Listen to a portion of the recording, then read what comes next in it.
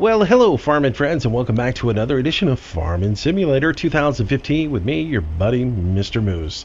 Hey, today we're going to continue on with our CoursePlay tutorials, and by the looks of the implement on the back of our tractor, we're going to be doing a little grass teetering. We're going to dry our grass out so we can make some hay bales. So let's get started. We're going to be using the fieldwork mode of CoursePlay. So let's go ahead and make sure that we're in fieldwork mode. And so, as I've explained before in our grass mowing issue of CoursePlay Tutorials, and I'm going to assume that maybe you haven't watched that, in order to do a grass field with CoursePlay, you do have to set the perimeter of the course manually. CoursePlay will typically scan all the fields on your farm for you as long as they are plowed. Once there is grass in the field, it cannot scan it. So you actually have to manually do a field layout. And that's what we're going to do first. That's where everything starts, is from the field layout. So we're going to define the perimeter of this field by just recording a simple course. So we hit start recording, and we will just drive straight around this course. Now, if you've watched the video on mowing grass, you probably already saw me do this. And by the way, if you're interested in learning how to use CoursePlay to mow grass, I do have a tutorial on that for you. Just go to the tutorials playlist. The link is below in the show notes, and watch that video. It will show you how to mow a field as like this one, as well as how to use a mower and a forage harvester to do BGA work, mow grass and load it into your BGA and have it completely automatic. So check that out. The basics of that video, if you can pick that up, there are so many things you can do with it in CoursePlay, including use a forage wagon to harvest straw and sell it at a straw sell point, or mow grass to sell at a grass sell point and make money. So make sure you watch that video. It'll give you some great information, and if you have any questions on it, you can always drop me a line. So we're just going to come back around here as we record this course, and we're going to come back up to our starting point, and we're going to get pretty close to it, just defining the perimeter of our field. We'll hit our stop button. That'll put our stop sign up, and that gives us our perimeter. Now, you would want to save this in your CoursePlay so you can recall it at a later date. And you just hit the save button, name this field 40, and then you'd hit the save button here. Now, I've already done field 40 in my grass video, so I'm just going to recall that. And that's good for you because you need to see how you can do that, because you can use it later on for other field work. Once you've recorded a perimeter of a field, you only have to do it once, save it, and then you can use it over and over again anytime you want to create a new course. So let's recall field 40, and we'll go into our subfolder for field 40, and you'll see field 40. There we go. Now we just load that course using the solid folder. Then we're going to jump over to our course generation tab, and that will show that we still have our perimeter loaded. You'll see field edge path, currently loaded course. Now we have to set up the working width of our implement, and that's going to be our teeter here. And we're going to be using the medium-sized teeter at this time. So let's back up to it and hook up to it. And I'm just going to go ahead and go into the store. And I'm going to look, we're going to be using the pottinger, and I want to look at the working width. 6.5 meters is what is the croon. I was about to say, boy, it shrank overnight. The pottinger, click on it, it's 13 meters, so that's going to be the working width of the device we are using. So keep that in mind, 13 meters. Now, in CoursePlay, we're going to set up our working width. Now we can either auto-calculate it by hitting the little calculator button, which folded up, it tells me it's 4 meters, or I can just go over here and I can auto set the size by scrolling up. And remember, we're 13 meters on that. So we come back to 13 meters. Now, I typically will size down like a half a meter or so, just so I have a little bit of overlap. So in this case, I'm going to set it at 12.5 meters just to give me a little overlap to make sure I don't miss anything in the field. Now, starting corner, well, we're going to be starting in the northeast corner, which is right here for us. northeast. Direction of travel, well, we're going to be headed south, so we'll set that in. Return to the first point. Again, that really doesn't matter unless you're doing a secondary course added on, or if you're bailing, doing bales, or something might be in the field that you might run into. And we'll get into that a little bit later, but for now you really don't need it, so we're just going to leave it deactivated. And then headland, remember, headland is a pass around the field's perimeter before you start going up and down the field. We're going to do one on this just to make sure that we don't run into anything when we make our turns going up and down the field. So we're going to do one, and we are starting in our northeast corner, and we're going to be traveling in a clockwise position, clockwise pattern. So let's make sure we select clockwise here, and then we're going to do our rows after we do our headland. So that's good.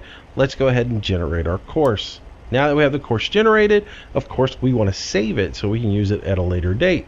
So we're going to save this, and we're going to save it as field 40. The second thing that we're going to put in, you set that up right. So field 40, the second thing we're going to put in is our working width, and again we pulled it down to 12.5 meters. So we're going to save that as 12.5 meters. The next I like to do is the starting direction of the field. That way I know where I'm headed to, and that's going to be the northeast corner. And what's my travel? Well, I'm traveling south. Now you can name these however you want to do it. You could name it field 40 teetering. You don't have to name it the working width. It's something that I've gotten into doing, and it might help you out because you can use it again if you have a different implement that is 12.5 meters. So you don't have to just use it for teetering. So keep that in mind. Now, as far as the last bit of information you could even put in here, you could put in the fact that you did put headlands on this. So I could come in and I could say 1 HR for head row. So I'll put 1 HR on there, and that's all the information that I could ever need to know when I'm calling this course back up again. Alright, so the last thing we need to do is we need to get set for doing it. We are, of course, check and verify that we're in field work mode, because that's what we do for any kind of field work. We're going to go ahead and check that settings. You can activate four-wheel drive or not, depends on what you're doing. For this case, we'll go ahead and activate it. Let's go ahead, and for speed limits, everything looks good here. You want to do around 18 miles an hour in the field. Now you are going to be throttled back by the the implement you're using, so it's really not going to matter.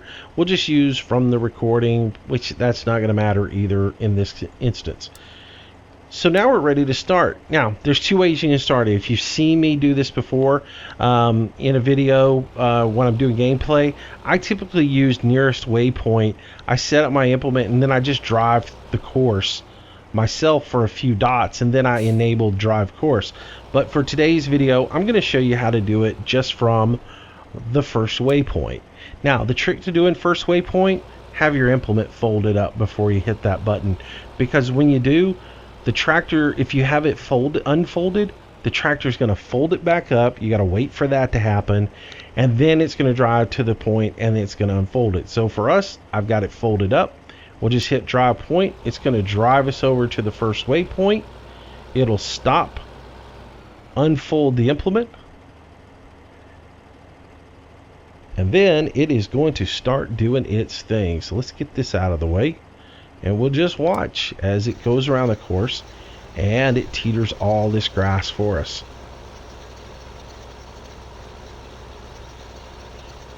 Pretty straightforward and simple.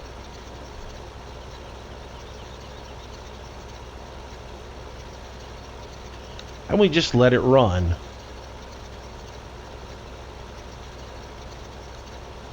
Now you can leave the course dots up here and watch them the entire time, or you can get rid of those in CoursePlay just by going to the gear wheel here, which is your setup, and you can disable your waypoints. Now depending on which version of this you are in, I'm in the developers edition, so I have these nifty little dots where if I click on this, it gets rid of the course.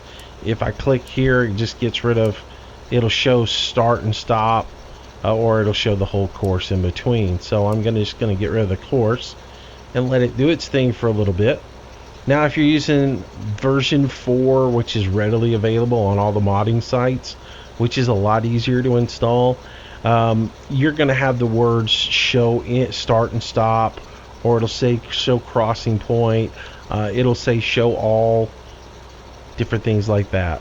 I just recently switched to the developers edition myself, just because there's a few tweaks in it that I wanted to have in my gameplay.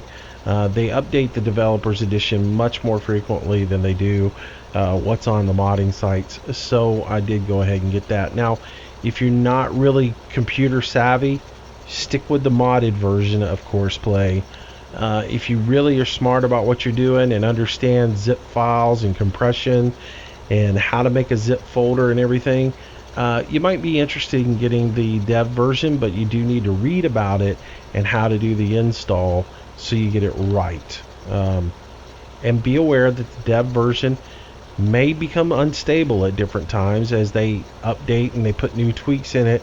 They may fix something but break something else at the same time, so it may not run smoothly and seamlessly. So keep those things in mind. The dev version may not be your cup of tea, or it may be something you want to look into. It just depends on what you're willing to put up with and what your level of computer savvy is. Alright, so this continues, and you'll see it's just going to make a turn here.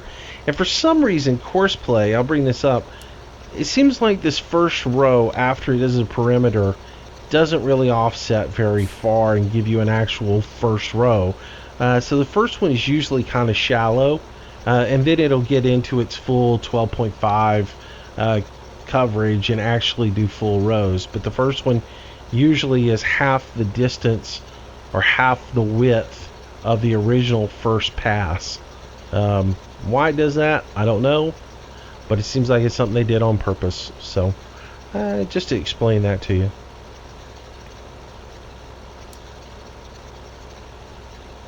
Alright guys, so as you can see, a little fast time there for you. Once you do your headland rows, CoursePlay just turns and runs north and south on this.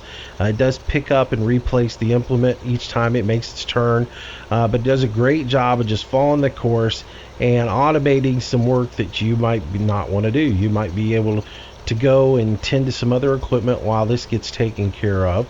And it's one more step that you don't necessarily have to do. Let's say you want to be seeding fields, because automating seeding fields costs money.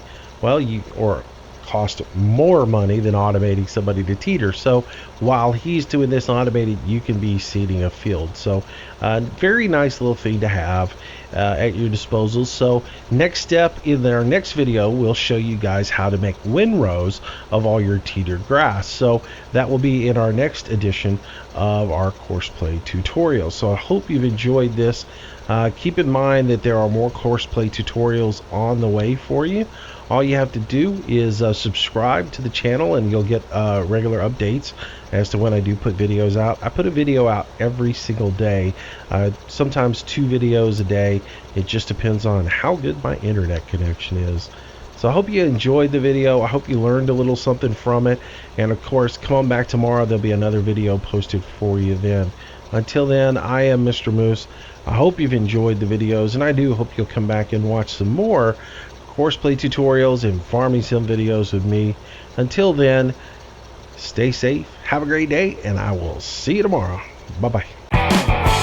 Hey, thanks again for watching this video, and if you made it all the way to the end, well, maybe you liked it. So give me a big old thumbs up. That like goes a long way. Also, subscribe to this channel. I will update the videos every single day, so there'll always be something new for you to see. I hope you enjoyed it, and I hope you'll come back again tomorrow. Thanks for your support.